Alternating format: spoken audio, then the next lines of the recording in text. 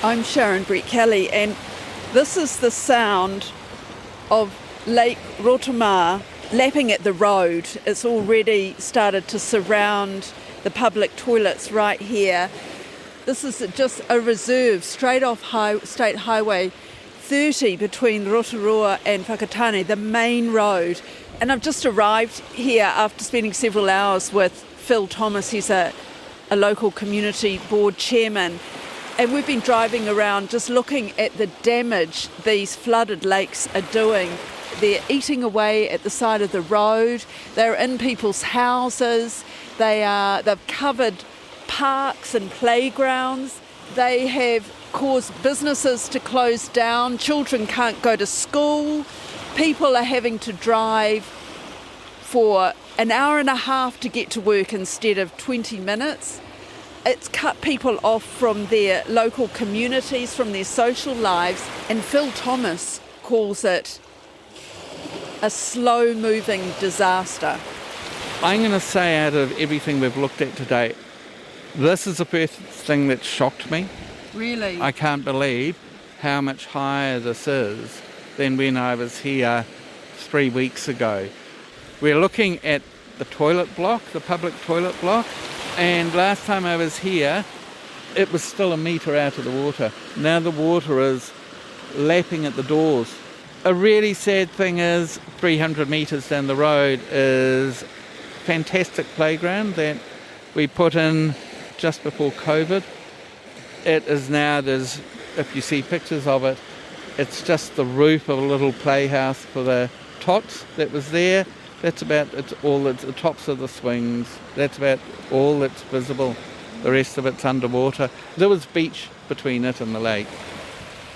Today on The Detail, I'm looking at the impact of months of heavy rain on Rotorua's lakes in the central North Island, and why it could be months before some residents cut off by flooding are reconnected with their communities. Phil Thomas is showing me some of the worst hit places, including the famous Waitangi Soda Springs hot pools, now closed because they are swamped by floodwaters. On my way to some of these isolated bays, I come across something quite unexpected in the fast-flowing Kaituna River, which is the outflow from lakes Rotorua and Rotoiti. This looks like a rescue operation. Several firefighters are in the river. Oh, there they are. Doing some more stuff further down, so there was another opportunity. So there's a kind of a current going this way, and one swirling around. So they're swimming against it at the moment. Brendan is this one over here in yellow. Oh, Brendan. Hi, I'm Sharon Brett Kelly. Brendan Grills, Group Manager at Rotorua Fire Station. I happened to be here by coincidence doing a story about the high lake levels. I'm actually making a podcast about it. But can you tell me what's going on here? Yeah, at the moment, Fire and Emergency New Zealand is setting up water rescue teams and training our people in, one, working safely around water and also a rescue capability as well. You're a local person. This is quite unbelievable, isn't it, the river at the moment? Yeah, and I guess the worrying thing is it is the beginning of winter. So, in our planning and modelling is the levels are only going to get higher. Is that right? Yep. Because they're at record levels now, aren't they? I think some of the lakes are at record levels already, and with saturated ground, high lake levels, we're only going to get more rain over the next few months, being winter, so that has to go somewhere. You're keeping an eye on some of those roads around the lakes that are pretty bad right now. What's your biggest worry? Is it, that people will get stuck in their cars, or is it houses falling down, or people getting stuck in lakes? What is it? For us, who we're working quite closely with Rotorua Lakes Council, it's almost a slow-moving flood. So as the water level rises slowly in the lakes, it's slowly inundating roads and housing. So it's not a swift or a quick change. It's more about, if we have a road closure, how do we get our resources? If there is an accident or a fire, it's about finding different ways to get to that event. Nice Be safe on the road. Yeah, thank you. See you later. We're driving along a gravel back road to Rotorua Bay at Lake Rotorua, where the boat shed, picnic tables and roads are underwater. And the settlement's fastest, easiest link with Rotorua is cut off. Whoa, it's windy. Okay. So this is where our worst flooding is. It's just disastrous. And I was here maybe 2 weeks ago, and I would say the water level has risen about 120 mil, but it's come inland about 10 metres. The water is just keeping coming in, and there is no way for it to go away other than seepage and evaporation. So there's no outlet, there's no river. There's no outlet from this lake. So as long as we keep having these heavier than usual rainfalls, the lake is going to continue to fill up. And we've had, just, to give you an idea, in the Rotorua district and around this lake, Rotorua, and the neighbouring lake, Rotorua, for the last 18 months, we've had double or treble the monthly rainfall practically every month for the last 18 months. This is sort of like your typical little lakeside community, isn't it? Some really lovely little old batches, and this is a beautiful big new house here. Yeah, it is, and look, I've lived around these lakes my whole life, or been around these lakes my whole life, and a lot of people have a batch down here and want to retire to them. They might have to rethink now, right? Yeah, well, long term is something we have to look at. Yeah. But that is for the future. We know short term there's nothing we can do to hold the water back, but we're wanting to make sure that people are looked after and get supported. I think I'm going to have to piggyback you. I know, you might have to. We're off to meet Adrian Holmes at his holiday home, but to get to him, we need to climb over neighbours' fences and trudge through the lake. Okay. It's not just the lake level, the ground. Ooh! Yeah. Heck. Now this is lake. This is lake that I'm wading in. So, Adrian, this is your holiday home? Yes, it is, yes. So we had a house further up, which would probably be the right spot to be right now. But your dream was to be lakefront. The dream was lakefront, and we worked very hard to get here. And so now we're in the lake. Yeah. You're regretting it? Not yet, no. I mean, it's been since January, and I know it will subside. I think the uncertainty of the future is certainly where things are a little bit complicated. But I think the water will recede, and the weather patterns will change, and we'll be back to normal one day.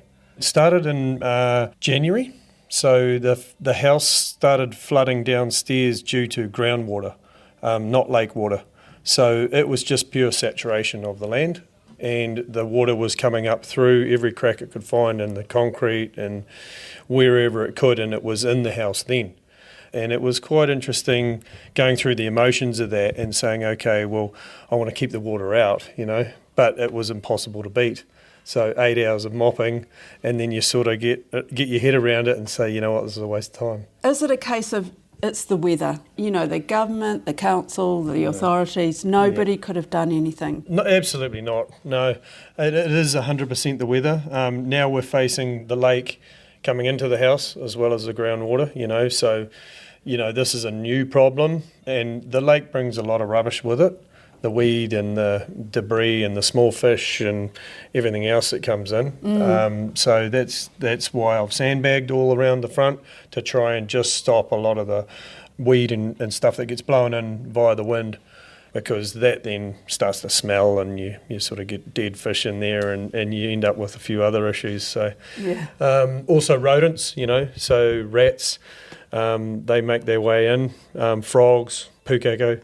So, there's plenty of wildlife. Yep, going on. So you've done, as much as you can now to really protect the property. Yeah, now we're really at the mercy of when this retreats. The water retreats, really. Yeah. Waiting for the retreat. Yeah, we're certainly not the only one anymore. We were the first to go. Oh, were you? Yeah, but as you can see, it's keeping going. So the houses you can see from here, there's many affected now. And what about people in this community? Anybody thinking of getting out? I think we all think that, and we go through that emotion and saying, what's going to happen to this place? Are they going to allow us to continue living here? There's certainly some permanents in the bay as well as holiday makers. So I know that with the road closed on the way in now, we've got issues with, people can't even get to school. The kids, there's people home, there's about 5 children not going to school in this bay now because of the hefty drive all the way around, whereas the school's only 3 kilometres away. Crazy. They've got a 47-minute drive or something now ahead of them to go round, and sometimes that just doesn't fit in with parents' work and so forth. And there ain't no bus.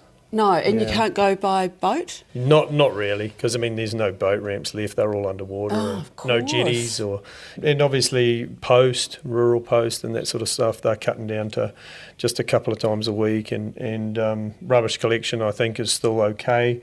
But think of things like gas bottles. You want your gas bottle refilled. They're kind of like, no, we don't really want to come out there. So there's another issue. And power, people are starting to lose power, and I'm probably not far away. Oh, is that right? What So will I it take? Because reckon- you've got the power pole unfortunately, right out there. Yeah, my power fusing is on the ground there. That Yeah. green box you can see. Yeah. So that's... The water's lapping at it. It's already, Adrian. it's already hard. Yeah, probably a quarter of that's underwater. So I'm predicting 100 mil I'll lose power to the house altogether. The company have been out here, looked at it and said, this is a problem. We'll put it in the emergency zone. But 8 weeks later, we've heard nothing. Chase them, nothing's happening. So I think you get your head around it eventually, and you just go, well, okay, no one's injured or hurt or whatever it is, bricks and mortar, and we chose to be here. What are your options long term? We know short term you've got to sit and wait. Yeah, long term, like if they can work out some sort of way to control the level of the lake, that is the ultimate answer for us. We get the value back in the property then, because people can sort of, be assured they're not going to have this. But that isn't easy. No, because there's no outlet. There's no outlet. They can obviously pump water, but another option would be, can a overflow reservoir be built anywhere? Is there any low-lying land that can be tunnelled through to, allow the lake to drain into, even though that water will just sit there? It may help. Otherwise, can we get it into a stream and out to the coast? But, of course, when it's at this level, everyone's hurting, and so is the coastline. Yeah. So, yeah. No easy answers. No. Back in the 71, when this flooded last time, they lifted the level of the land and the road here. Oh, did they? Yeah, they did. So, unfortunately, not far enough. But how would they know? I guess studies have to be done, and things need to be looked at. Adrian, there's something else going on here. We're standing here, you've got a double-storey house, and it's the water is still, 3 metres below, but what you're saying is that it could still be threatened, the top floor could still be threatened by flooding because of the neighbouring lake. Correct, yeah. So whether it would get up this high, it'd be pretty devastating for a lot of houses if it did. But yes, we have an issue where Lake Rotorua is at capacity, and it's only 500 mil away from overflowing. When and if it does that, it's naturally going to flow into this lake, and double the catchment is what happens then. So we're not only taking on our own catchment area into this lake, we're then taking on Rotorua's catchment area as well. So all of the hills and the farmland and everything that's draining into Rotorua will effectively end up in here.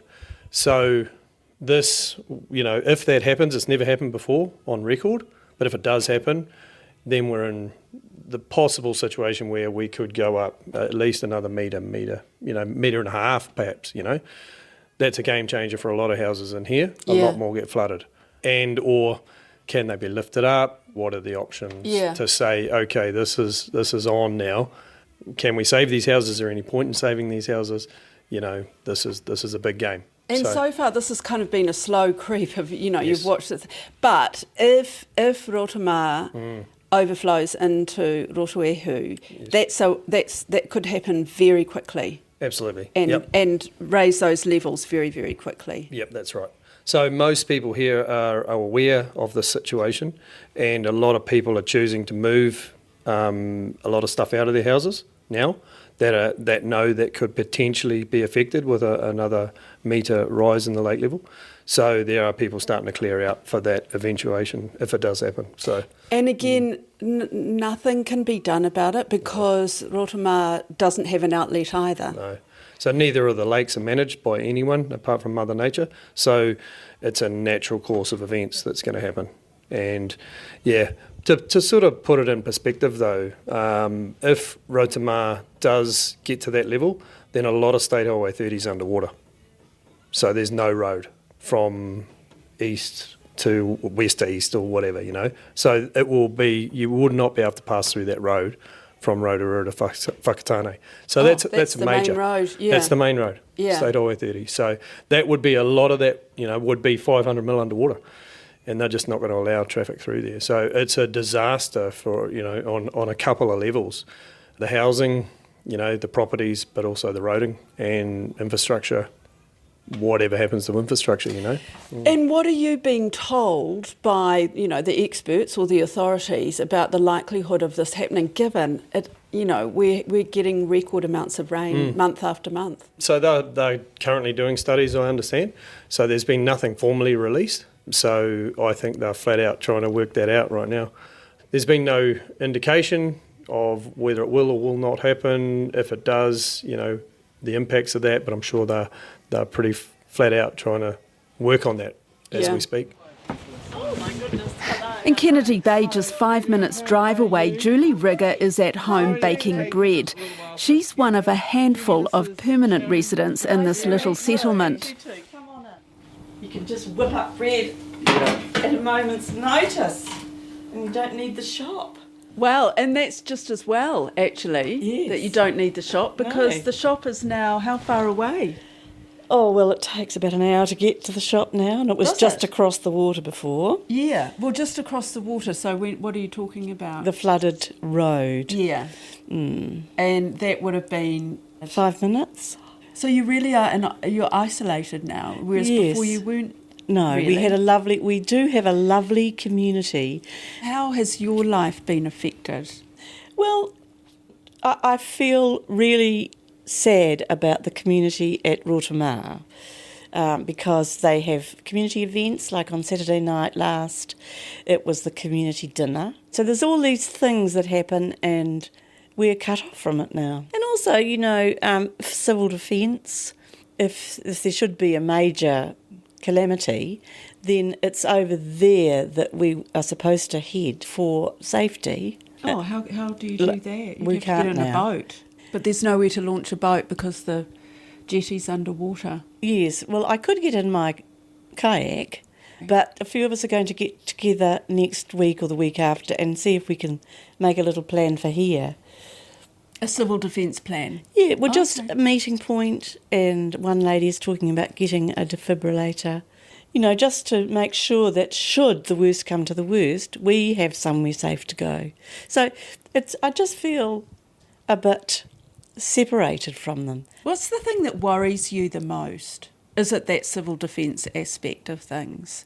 I'm worried about other people, really. I can't say I'm terribly worried about myself because I live so far up the hill that I don't think I'm at risk, but long term I might be at risk.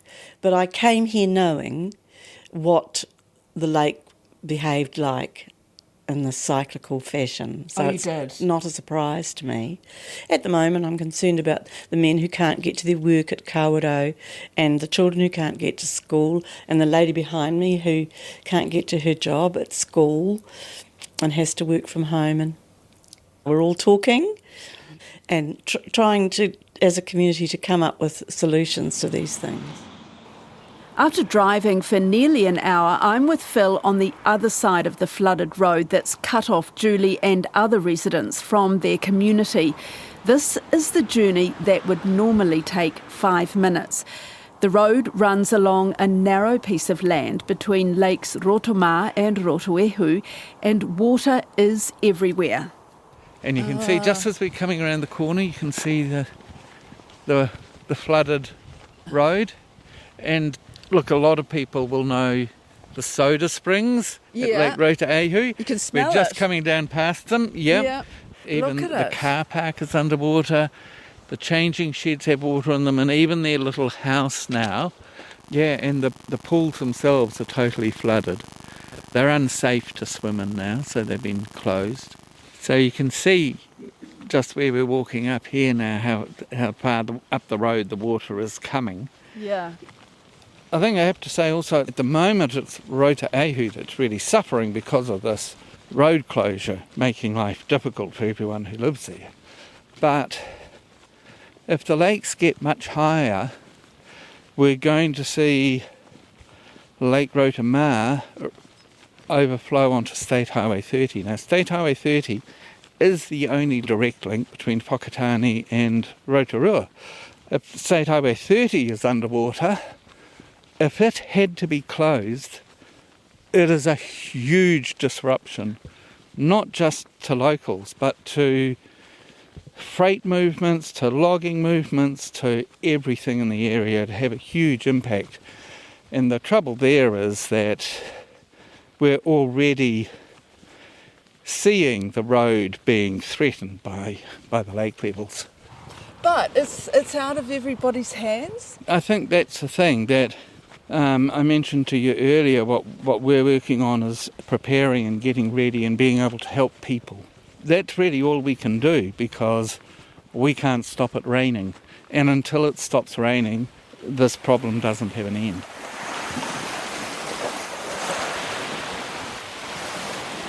That's it for today. I'm Sharon Brett-Kelly. The Detail is supported by the Public Interest Journalism Fund.